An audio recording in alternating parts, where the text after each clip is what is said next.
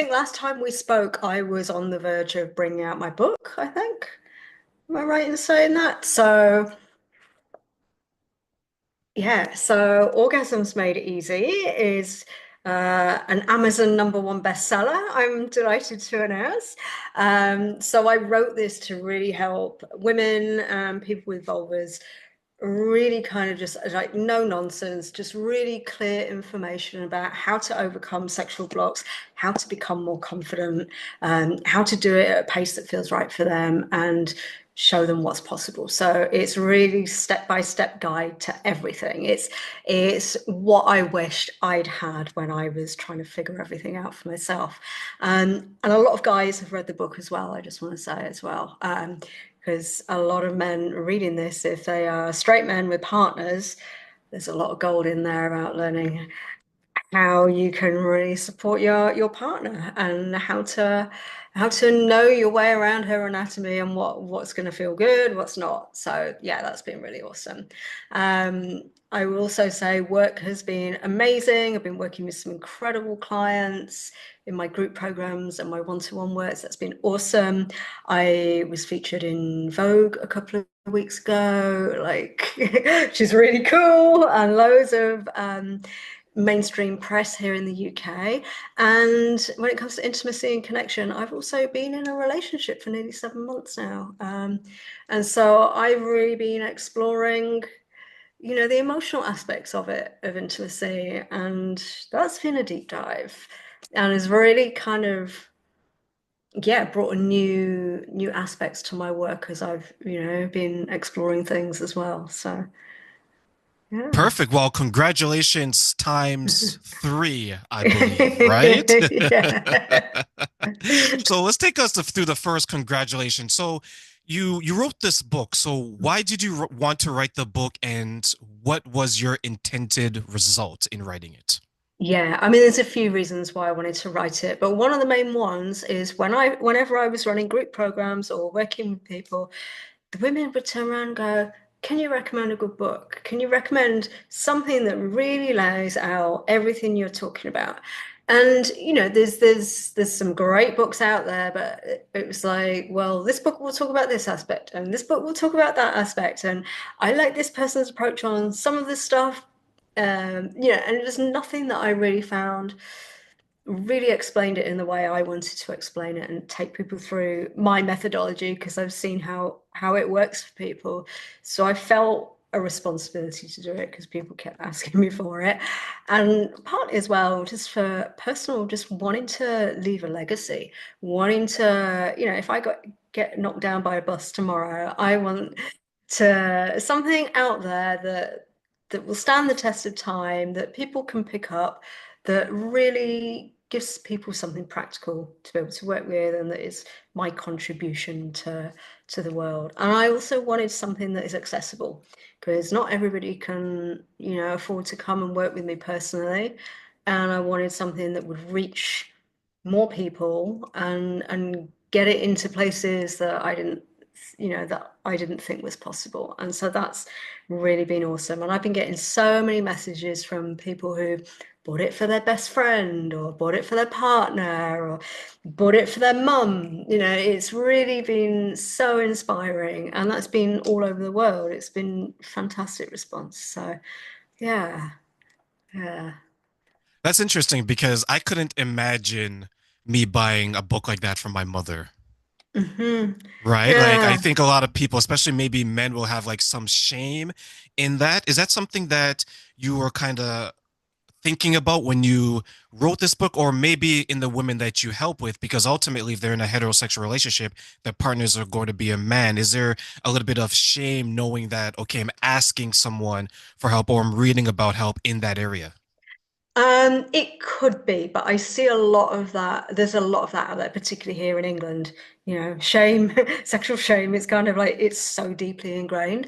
And I wanted to offer something that's uplifting, inspiring, empowering, that people are going to be proud to have on their bookshelf, that they're like, hey, this is really cool. Like, it's not tacky, it's not sleazy, it's not smutty, it's just really clear and practical, and then it's like, yeah, everybody should read this book because everybody should have access to this incredible information. And that's, I really wrote it with that intention in mind, that, this is, when people are saying they're struggling, it's like, right, we'll go and read this book, or they'd like to know more. It's like, well, go read this book. You'll learn something. And so that's been really cool. Yeah. So what now that you've wrote this book and you've seen the impact that it has on women, on families, on their relationships, their marriages, what are now some of the obstacles that may still arise in some of these women that the book would either tackle or that you're working with the women to overcome? Mm, good question. I think, and I see this time and time again with people, is that thing of like, well, it's all right for everyone else, but it won't work for me.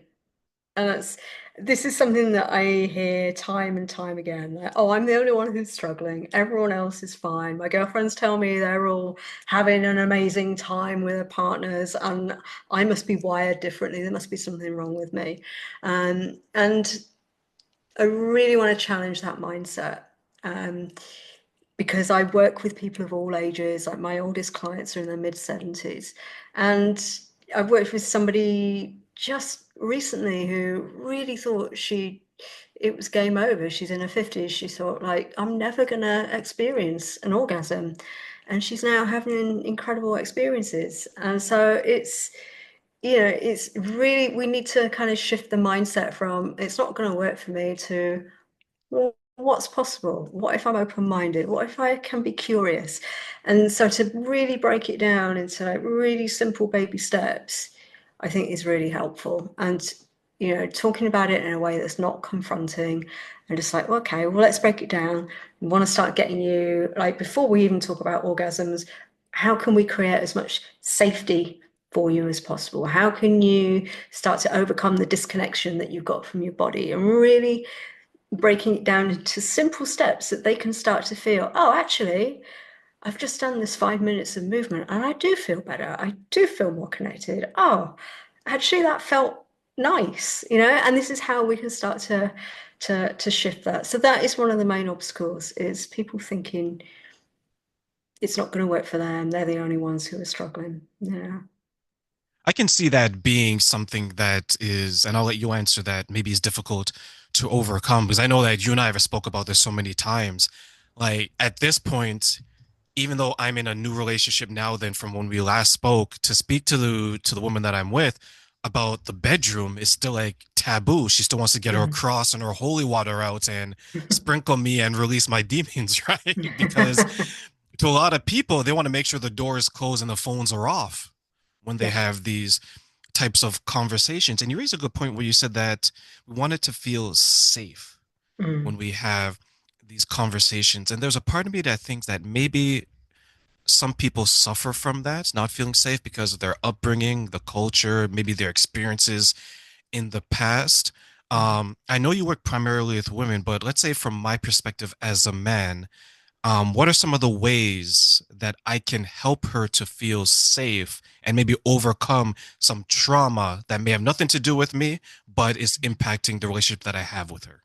Yeah, and I think this is relevant for all genders. We all need to feel safe. Like if we want to be intimate, the more safety we have, the better experience we're going to have, and the more we're going to be able to relax, let go, open up, be able to experience pleasure. So some of that is around being connected to our bodies and noticing when we feel unsafe.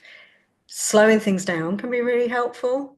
So I'm talking here more about physical acts, like rather than like rushing fast. It's so tempting. It's really common that, you start making out, things get heated, and it can go from 0 to 100 very fast. And it's like, oh, okay, well, what if we slow things down a bit and then just check in? How are you feeling? Are you enjoying this? Was there anything else that you would like? So, because what happens with our nervous system is sometimes when we get aroused, if there's parts of you that are not feeling safe, there might be some warning signs that you're not paying attention to. Like perhaps your heart started to race a bit more. Perhaps you have gone into your head. Perhaps you're feeling a bit activated or it's triggered a memory or something. And even though you're actually enjoying physically what's happening, you might be starting to check out, or, there's lots of different things that can happen. So slowing everything down can really be really beneficial because it kind of gives everything a bit of a chance to catch up with itself. Consent is really, really, I cannot stress the importance of consent. Really, like, do you want this? What do you want? Having those questions like beforehand in the moment, and then having a chat afterwards about what you enjoyed, what you'd like differently next time. Like that is one of the best things you can do to build intimacy. It's really important.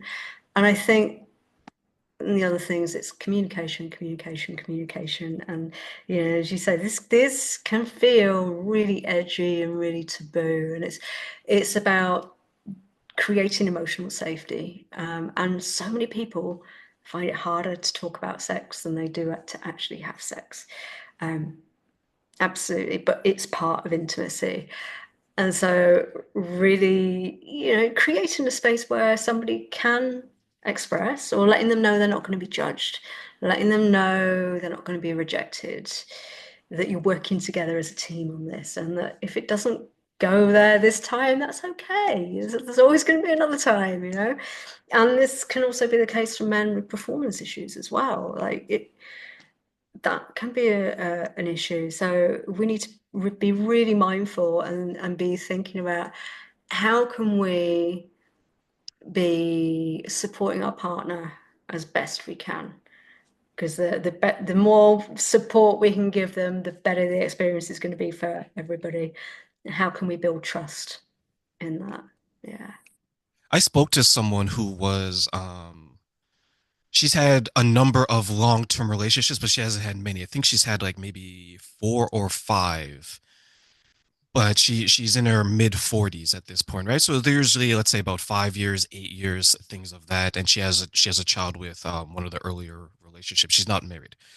And one thing she mentioned that I found kind of interesting is there's a few of us and we're talking about something similar, and she made it a point to let people know that she does participate in the sex in the bedroom, right? Hmm. And this was unsolicited, so kind of like caught us a little bit off guard. Like, why is this person going out of their way to make it a point to let them know? So I had a conversation one-on-one with her, and I was like, hey, you know what? We had a conversation, and you seem to really be focused on ensuring that people don't view you as someone that um isn't participating, but that does participate, right? And then her answer was that, well, I want to make sure that the person I'm with knows that I'm willing to do something. I was like, and then I'm trying to think, why is that so important to you to make it known that not only to your partner, maybe, but to potential partners? So why do you think maybe some people, in this case, a woman, but some people want to make sure that they're willing to do whatever is required of them in the bedroom, and they want people to know about that so they're not viewed a certain type of way. Ooh, it's a good question. And I think this really can come down to the conditioning that we've grown up with. Like, and it's really hard, particularly for women. Like, you're either frigid or you're a slut, and there's not much in between. And so, and there can be this sense of like, well, if you don't put out for a guy, you're going to be rejected. He's going to move on to somebody else. And I know a lot of women, particularly married women that I've worked with, who have carried on having sex with their partners, even though they're not enjoying it because they're terrified their partner's going to leave. And that's not a good thing to be in either. And it might be that, this person is trying to find her sexual confidence and wants to express that and wants to let that their potential partner know that, hey, I'm down for this. I'm game. I'm open to having some fun, and I want, I don't want you to view me as frigid, or that I'm a willing participant in this, and that I'm going for enthusiastic consent. But until we get in the bedroom with someone, we don't know how it's going to go. We don't know if we're going to be in the mood. We don't know if the body's going to perform, and you know, things we can never we can never guarantee that it's going to go that way. But yeah, without having a conversation with that person, it's hard to interpret what perspective she's coming from. But I think it's interesting. I really do. Yeah, I Mm. found it as well because it reminds me, not necessarily her, but it reminds me of the person who says that I'm the best in the bedroom, or Yeah, I give the best oral sex in the world, yeah, right? yeah. It's like they're setting these standards, and from like a male perspective, when you hear a woman say that, you're like, oh really? Like now you're curious, right? Now you want to try Hmm. it. You're she's arousing you in a way, right? Hmm. But then when you look at it from, let's say, a longevity perspective, do you really want to be with someone that's going to be flaunting their sexuality or their sexual conquest in this way? And you raise a good point when you mention it's the confidence. How do you think then, if it is a lack of confidence, how do you think that will impact her future or anyone's future relationships going forward? Yeah, well, if it is flaunting, it depends on which way it is. But the danger with that is unfortunately, there's a fairly large amount of straight guys that are just going to take what's on offer and then move on. And then they've had what they wanted. They haven't had to work for it. Why would they bother sticking around when they know there's loads of other women they can do that with? And it's sad because, you if you meet the right person, you shouldn't have to play games. And, the idea of like, well, dating rules and all of this stuff, they can really cause damage in some ways. It should be like, well, if you both like each other and it feels right, then go for it. Having said that, I think if and I'm only speaking from my experience here, and I will say that with this relationship I'm in now, I deliberately made the intention, I'm going to take it slow. I'm not rushing anything here. I communicated it very clearly to my partner, and that gave us both a chance to get to know each other on a much deeper level first. And we weren't intimate until it felt ready, and it's been awesome. And we really kept the communication going because I it's very unfortunately, as somebody who's enthusiastic about sex as a woman and sexually empowered, there's going to be people who want to take advantage of that and maybe get the wrong idea and will promise you the earth to get you into bed and then they disappear. And so I was like, well, this time I really want to be sure that I'm not wasting my time and that this guy is the right guy for me. And for me, slowing down gave me the chance to really check in after every day. How do I feel in myself? How do I feel about this person? What are we moving towards? Are we building something here? And it helped create trust and safety and a solid foundation for the relationship. But it's different for everybody. And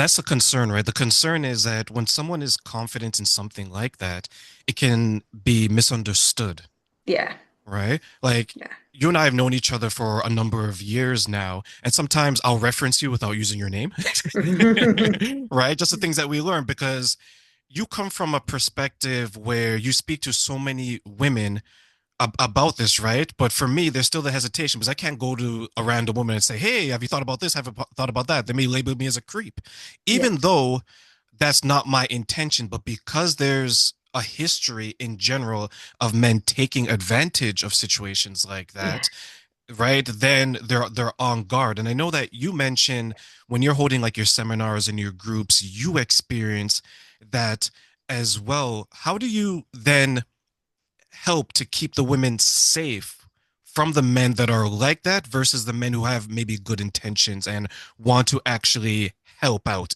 wherever they can? Yeah, yeah. So this is something that happened recently, and it happens a lot. So whenever I'm running a free class or a free mini series or anything, it's always with free things. I will get hundreds of women registering for my events, and then a couple of days before, I'll go through my email list, see who's on there, and it's like Bob, James, Ryan, Abdul, and I'm like, dudes, come on. And it's because, I mention anything that's got the word pleasure or orgasms or intimacy, anything like this, it's like a red rag to a bull for these guys. They're not, they're just thinking, oof. well, I don't want to know what's going through their heads, but they're thinking they're going to get kicks for free and that they're going to get free entertainment. So I have to go through and delete them out of my email list. Sometimes they'll email me and get pissy about it.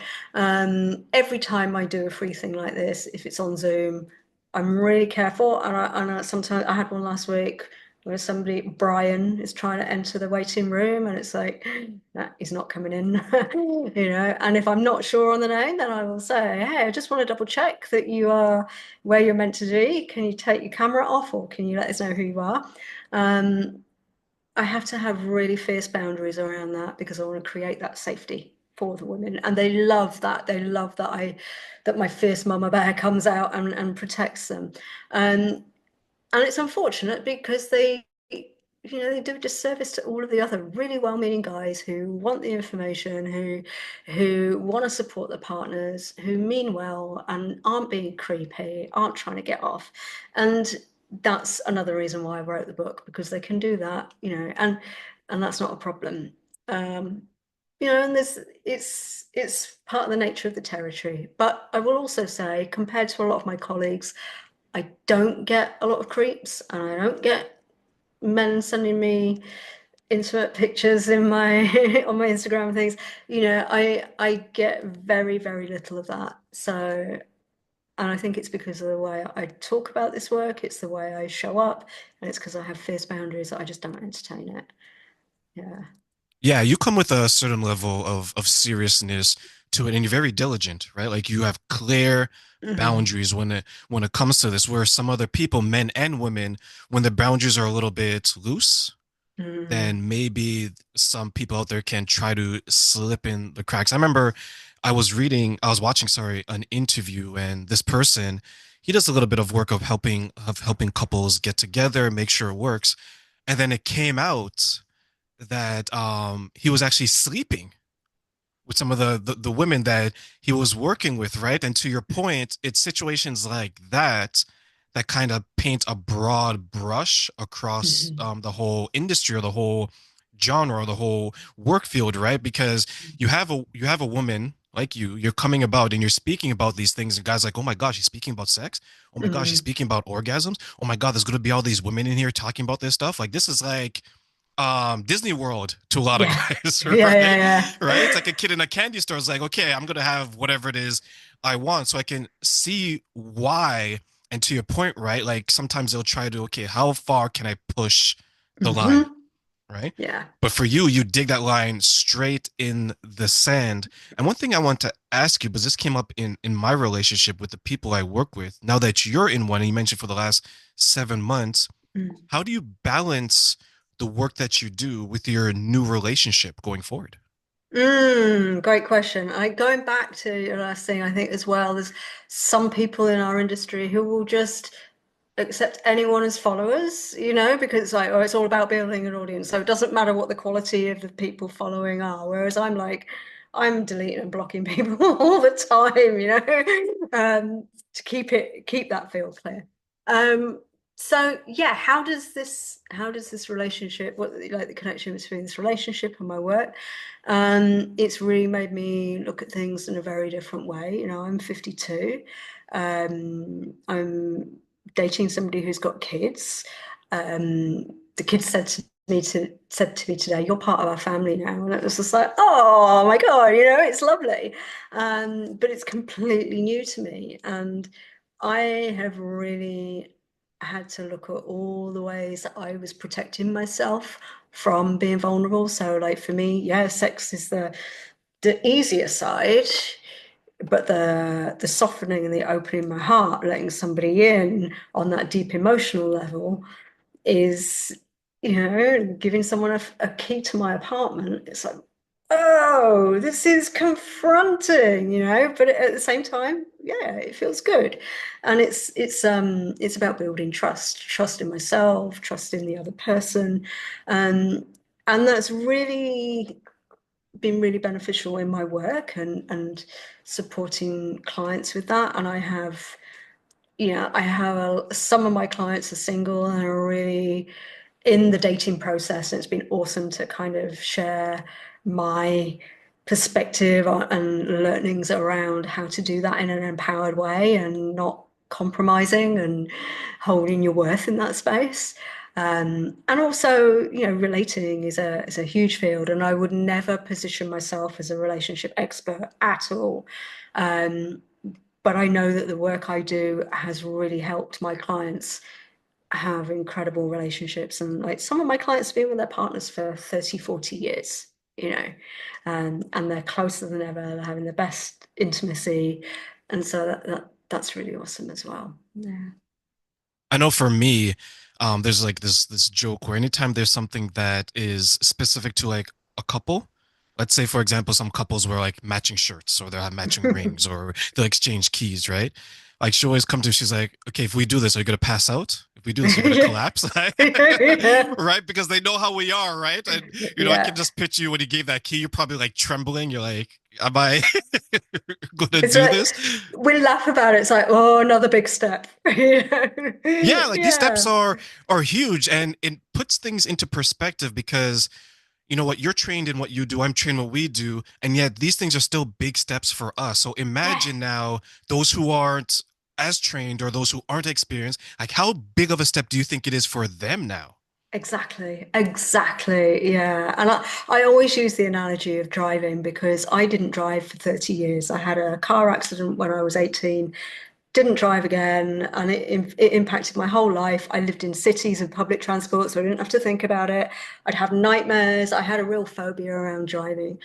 And just before I turned 50, I'm like, I've got to get, this is ridiculous. I've got to get over this. So I bought a car, started having lessons. I even had some lessons with my dad again. It was like being 17 again. And I got over my fear, and now I live in the countryside, and I wouldn't be in this relationship if it wasn't for the fact I could drive because we live about an hour away from each other.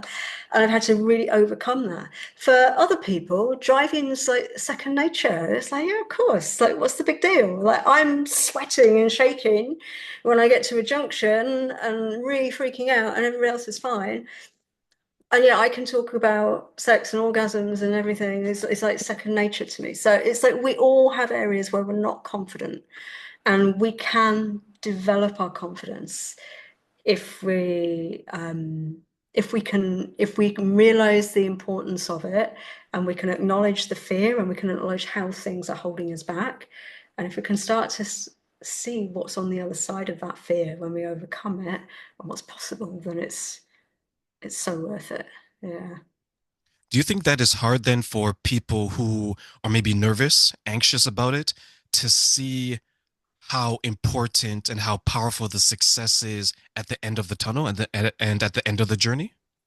I think it's important to take baby steps and just recognize all of the baby steps along the way and to acknowledge those. Right. Because if you're trying to push yourself to become really successful in something and you haven't mastered any skills, or say, for example, you feel really insecure about your body, and that is impacting your love life, your sex life, how you feel about yourself, trying to like walk around going, I am the best, look at me, that's going to feel really impossible, but if you can start to take those baby steps to start to form a new relationship with your body and do it in a way that maybe today I feel 1% more confident, how you can start to move in the right direction and recognize that it's going to take you a lot further.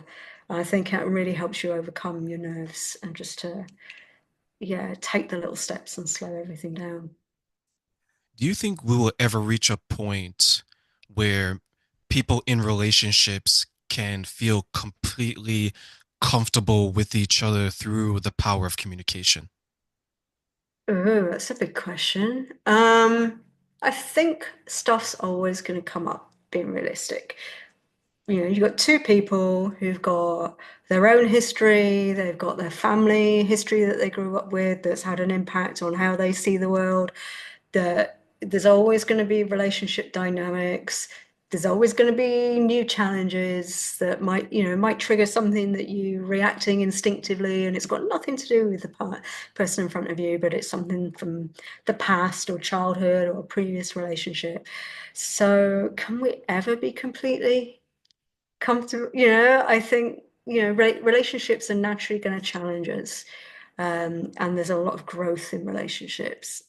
And I think we can, as long as we keep communication open and we can, um, so what I'm looking for, be respectful and kind to one another. I think that's the cornerstone of making things go in the right direction. We can never say there's never going to be conflict, but it's how we repair the conflict that is important. And that's a key word that I'm glad that you mentioned is the respect, especially the respect in the bedroom, Yeah. because it's a vulnerable place, right? Like your clothes are off, you're feeling what you're feeling, and there's a lot of trust involved, and there's a lot of respect that Mm-hmm. that you would want from that person. I was recently interviewed by someone she's a sexual assault survivor, Mm-hmm. and she wanted to speak to me because I work with women, and some of the women I work with are also survivors of that. And I posed a question, and I told her that what some people don't realize is that in the bedroom, you may want to perform in a certain type of way, and you may want the other person to be a participant in certain maneuvers, right? And then I pose a question: would you want those same maneuvers done on you? Mm-hmm. And if the answer is no, then maybe you should reevaluate the type of intimacy or sex that you're having. What are your thoughts? Yeah, absolutely. And sometimes I see this can sometimes play out, and I see it sometimes with women where they'll say, "Oh, I'm a giver, I'm not a receiver." And I always get really curious, like, well, what's underneath that? Is that a safety protection? Is it that receiving is too scary or vulnerable, or is that too confronting? So it is a good point, It's not just about, well, would we want to receive that, but it's like we should be, there are times where it's really lovely to just give and give pleasure for the sake of it and getting pleasure by giving somebody else pleasure. But it's really what I think what's more important is that we're giving them authentic pleasure, and that might look completely different to what you've got in your head as to how it's going to go. You might want to, I don't know, let's say for example, a woman wants to give a guy a blowjob, and she's got it in her mind it's going to look a certain way, it's going to go a certain way, and he might be like, this isn't doing it for me. She's not using the right touch. It's too fast or too slow or whatever. So it's like it can be so easy for both parties to have an agenda of how we want it to be. And it's like, well, how about we just strip away the agendas and play in the curious space and see what our partner's responding to? What do they like? What's working now? Oh, let's explore that a bit more. Am I enjoying this? And being in that, it's like a back and forth, and it's constantly being renegotiated. So I think rather than like, oh, I've got my signature moves and this is how it's going to go, um, and to make sure that it is give and take, because it's about what are we doing this for? Are you doing it just because you want to get off? Are you doing it because you've got this kind of take energy that this is mine and I'm going to get something from this person? And it's all about me having my experience, or is it I want to give this person something. I want us to have this incredible experience together. And are we both satisfied? Are we both being fulfilled? I think that's much more interesting. Yeah. And to your point, do you think then maybe people spend not enough time in the moment understanding each other's body and their reaction, and more so in their mind because they've planned how it's going to go and they refuse to deviate from what they've outlined in their minds?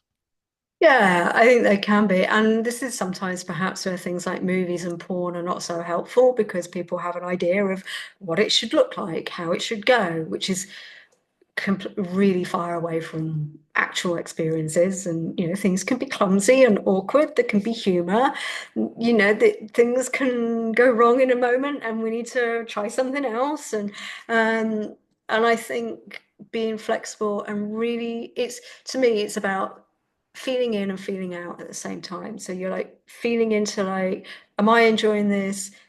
What pleasure am I feeling? What are the sensations in my body? At the same time, reading them. What are the cues they're giving? Are they making sound? Are they moving? Are they enjoying? Are they responding? so and that will help get you out of your head. But when it's just like, I'm going to do this thing, sometimes that's just a confidence thing, that it's like a stage that, oh, I'm learning this thing and I want to get it right. That's okay. It's a developmental stage. We just don't want to be stuck there. Um, are we being performative, or are we having a genuine experience? Yeah. I know someone that he watches a lot of porn. And Mm, I think this happens to a lot of young men because a lot of young men, we're very clumsy and we don't necessarily have a sexual experience until maybe later on, right? Because our options are less limit or less than, let's say, the average woman. So we watch and we watch and we watch, and in our minds, we're like, okay, this is exactly how it's going to be, right? The mm, backflips, the somersaults, the multiple orgasms just by looking in a direction. Like mm, it, I think in a lot of ways, it instills a false sense of confidence in the person because they think that maybe they can do the bare minimum and not have to understand mm, their partner when they enter the bedroom. And another thing is that when you see these scenes of the porn, the women are so enthusiastic, they're so involved, and that may not necessarily be your experience at a certain point in time. So now I think what happens to a lot of young men, maybe, or people or young adults, is that they go in there with a certain level of expectation mm. that isn't earned or discussed. And if you don't meet it, maybe bring it full circle. Maybe there's a little bit of shame now. There's a disappointment.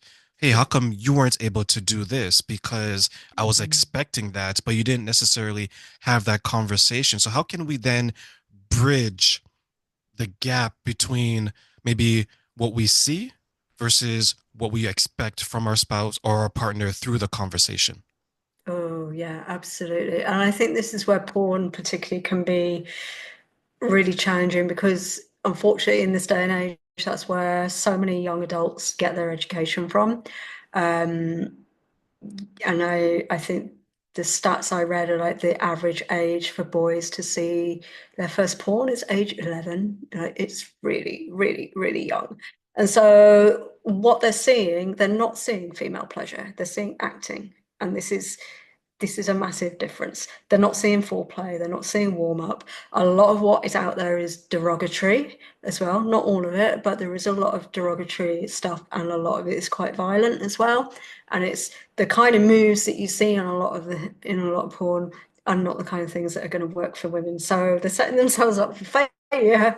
And women, also a lot of young women watch porn and get their education that way. And then they're like, oh, well, I should be enjoying this. I'm not. This is really not doing it for me. Therefore, there's something wrong with me. And so, as you say, it creates this vicious cycle.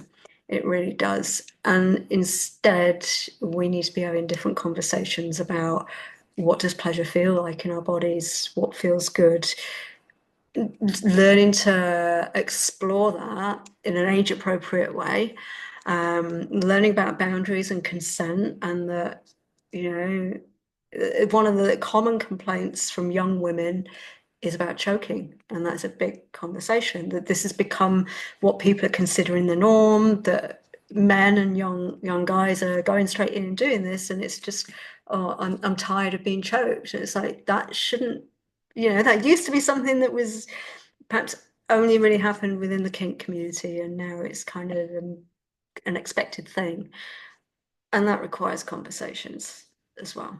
Yeah. Yeah, like I've seen it just totally changed the minds of young adults. Like there Mm. was a guy he watches a lot, but he watches like the schoolgirl Hmm. because he has that fetish. So one time he would date women and he would like encourage them to dress that way because he's reliving what he saw through Hmm. his actual relationships. And one thing that happened to him, and I caution the men who are out there, is that because he was so influenced by this genre of the porn, what he ultimately ended up doing was he would seek out younger women, right? Not 14, 16, right? Hmm. But let's say 19 because he's in his late 30s, right? Hmm. So he'll go like 19, 20. So girls who are old enough but still in school, Mm. right? And we would counsel him at the time, this was years ago, saying that you have to be careful because now what you're doing is that you're not only getting them to dress up, because it's like any addiction, right? Like eventually you need a Yeah. new high, a stronger high, right? Yeah. So you've gone from watching it to getting your girlfriends to dress like it, and now you're seeking out Hmm. younger and younger girls, right? Be careful because we don't want to hear about you patrolling the high schools or looking for the Yeah. 14-year-olds, right? Because you see how the pattern is going. Do you see then sometimes this danger impacting maybe some of the women you work with where they're being encouraged because of the relationship, because of the feelings they have for their partner to participate in things that they're like, you know what? I don't think this is necessarily right. Yeah, and it's some of this is about arousal patterns as well. And like when you're if you've watched a lot of porn, it's like your body is being trained. It's like it shortens down the amount of time that you can last as well, because it's all about getting you to get off as fast as possible. So that is the absolute opposite of what's going to work for most women and people with vulvas. And so there becomes this big mismatch. And that can be a real challenge. And I've worked with a number of women who had partners who've had sex addiction, porn addiction. I will say, most of those relationships have failed because the therapy world has, because things have evolved so fast, it's there's not enough people who are adequately trained and can really provide that professional expertise to help people.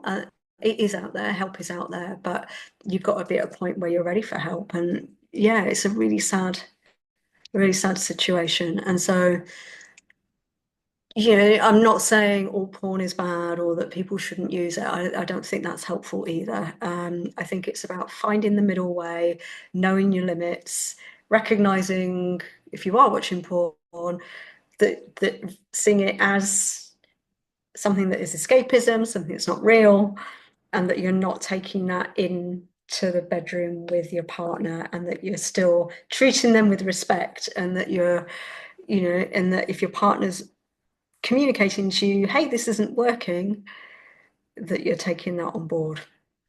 Yeah. What are some of the feelings that these women that you work with who are in these situations experience? It's there's a sense of betrayal for a lot of them, and a sense of with any addiction, that it is an illness, that it's really hard to support somebody who is going through something like that, um, and that you want the relationship to survive, you want them to come out the other side, but also it feels like a real personal rejection as well. Like a lot of clients I've worked with have really internalized this. I'm not good enough. There's something wrong with me. Where it's actually, no, this is an addiction. This is not your fault. It's yeah, it's really awful. It's really hard for people.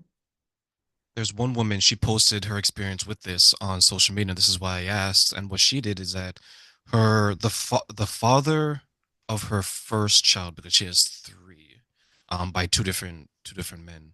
The father of the first one, she battled that and she didn't like it, and it triggers her even till this day. But what she shared is that one of the ways that she was able to at least handle it, not resolve it, but handle it, was that she started actually posting herself online in that way. Wow. So it was kind of strange because for me on the outside looking in, I was like, why would you want to put yourself through something like that to get back at the person, right? Because maybe he's not doing it to spite you, even though it's impacting the relationship, but Mm. you're doing it to spite him, right? And I think eventually he came across her pictures, and then they had a conversation. And I asked her, and I'll get your input on this, is the women that maybe he's looking at, he doesn't know. Probably Mm. doesn't even care, right? He cares Hmm. enough to watch them, but he doesn't care enough to whatever. I'm like, but you now, you've posted that it's forever. When this relationship ends, which it did, and we want to go into the next one, how are you going to have that type of conversation? Because your images are out there. What are your thoughts in that situation? Yeah, not just that your images are out there, but you've been posting about it on social media. Like that's that's a trail that anyone can find.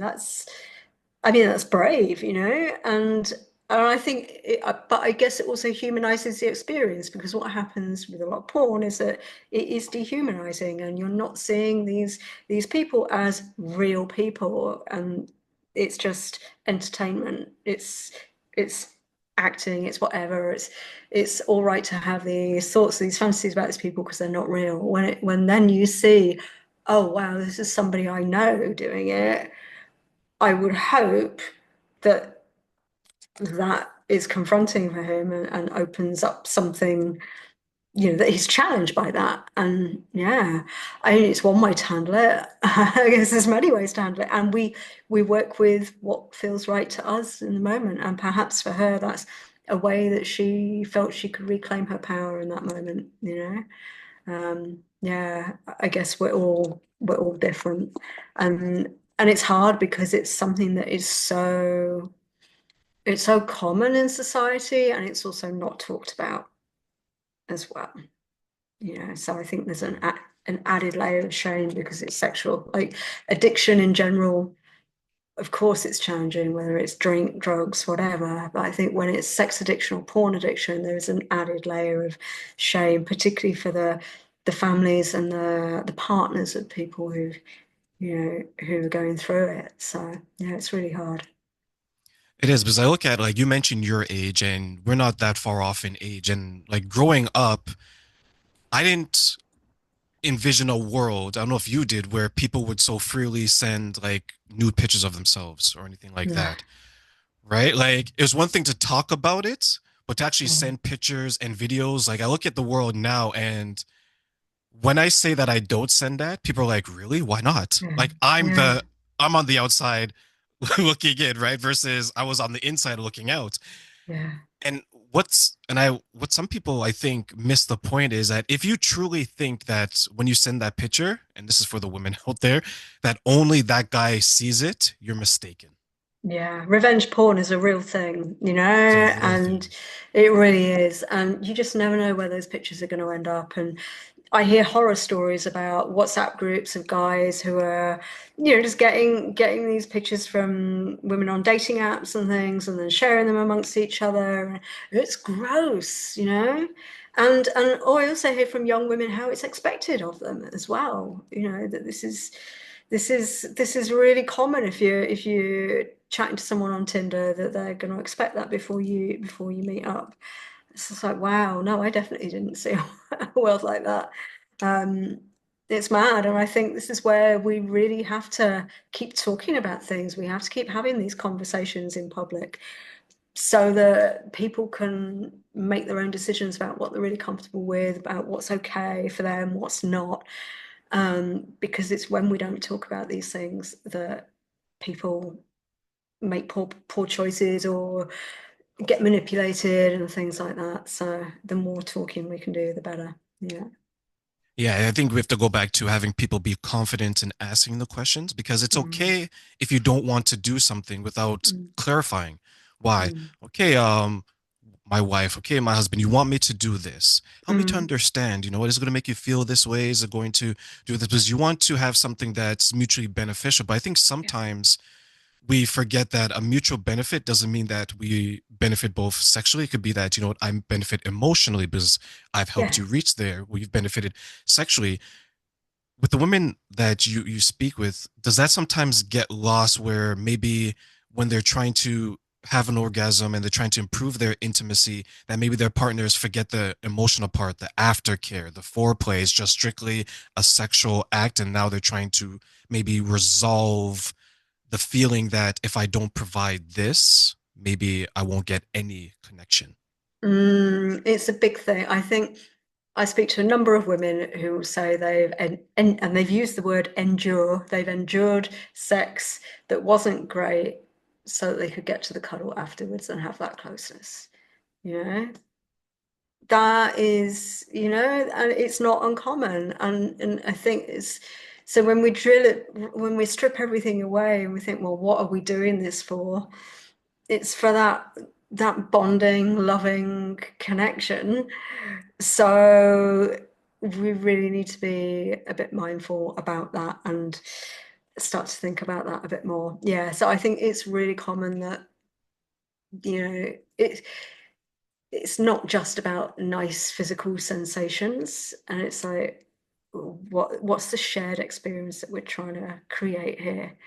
And intimacy, it's not just sex, there's so many other things. It's about communication, it's cuddles, it's loving touch, it's exploring each other without racing to get to the penetration. There's all of the other things that we really should be exploring as well, and taking the goal off the table is so important, rather than, because when it's all focused on aiming for an orgasm, if that orgasm doesn't happen, everybody's going to feel like a failure anyway. It is, and so we want to really take that off the table. Yeah. I'm surprised that that still doesn't happen. The aftercare, as I call it, Mm, right? Like I've heard stories, and hopefully no one has said anything this about me. But I've heard stories where people say that they've endured it, or they'll go through with it, and then right at the climax, the person is literally starting their car mm, from the bedroom, yeah. right? And I couldn't imagine the feeling of that from like my perspective, knowing that I made someone feel that way, Mm, right? But from the perspective of a woman that they would feel that way, like how devastating is that emotion to them that they're just enduring this until they get what they want, which is mm, I just want this person to hold me and to make me yeah. feel valuable in the bedroom. Yeah, yeah. Or, you know, as you say, like, it's people just like, you know, they have their fun and then that's it. They're off. There's, you know, or just jumping up fast and, you know, going away. It's like that aftercare is so important, and it can turn an average experience into a fantastic one, you know, because that's the opportunity where if one of you feels insecure, you get to talk it through, and you get the reassurance, hopefully, that you don't need to feel insecure, and you know that you get to talk about what really worked or what you'd like to improve next time, or can we try this, could we do this a bit different next time. Like, that is such an important part of it. It really is. I think it's equally as important as foreplay in setting in having a wonderful, satisfying experience. Yeah. Well, that's how you build a connection, right? Like it starts with Mhm. the foreplay, with the build up, right? Yeah. And I know that you've mentioned this previously, and I've shared this as well. Like one of my friends, she went through a period where men were treating her that way, and one of the ways she would cope with it, she'd like make a joke about it. She's like, "Well, at least leave the money on the night table," Mm. because that's what she felt Yeah. like, right? And it's kind of unfortunate because you're going through this, in her case, she's unable to resolve it because she still wants that body. But if she Mm. speaks up, he may go get it from somewhere else. Hmm. So she tries to make light of the situation just so she can feel better, even though she still feels as bad, right? Yeah. Yeah. And that's where having a healthier relationship choices, who you're being intimate with, is so important, you know. And some people are totally cool with, you know, casual flings, and I was years ago for a long time. That's all I wanted, and you know, wasn't ready to settle down. That was fine. But I think if you're wanting to be treated, if you want in a relationship, then you have to approach dating and hookups and things in a different way, or that's the experience you're going to have, unfortunately. Not always, you know, you can have, people can have amazing one night stands that and that are really mutual, and it's been fine and it's been wonderful and it doesn't happen again. But that's a bit rarer than what you described, which is much more common, unfortunately. Yeah, yeah. And one thing I want to ask you is that because you're helping women in this way and you want to make sure that the better connection, better intimacy, if you had a genie lamp, if you had like Aladdin's lamp, three wishes, right? What's three things that you would want to change when it comes to this aspect in the world, and why? Oh. Well, first one is for everybody, particularly given the state of the world right now, that we reframe pleasure, that it's not a frivolous thing, that it's not a luxury, that this is essential to our well-being, and that we need this more than ever. Like, if we're going to be able to cope with all of the shit that's going on out there and challenges in life, we need our well-being, we need to have resilience, and we need to really be in tune with how we're feeling. So that is my first one, is that really that it's not a luxury. So I'd really love to see that. I'd love to see reproductive rights protected globally. I think, that is a fundamental.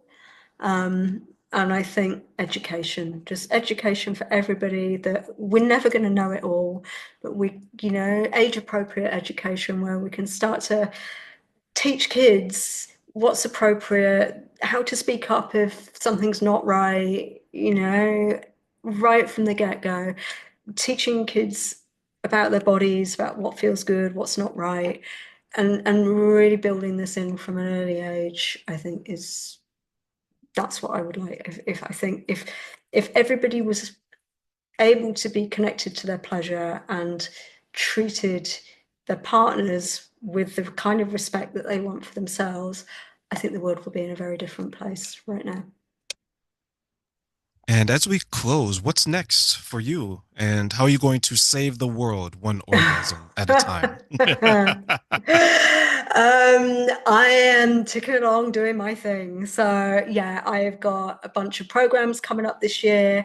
I'm working with my group programs. It was to do one-to-one client work. I've got a low-cost membership as well for people.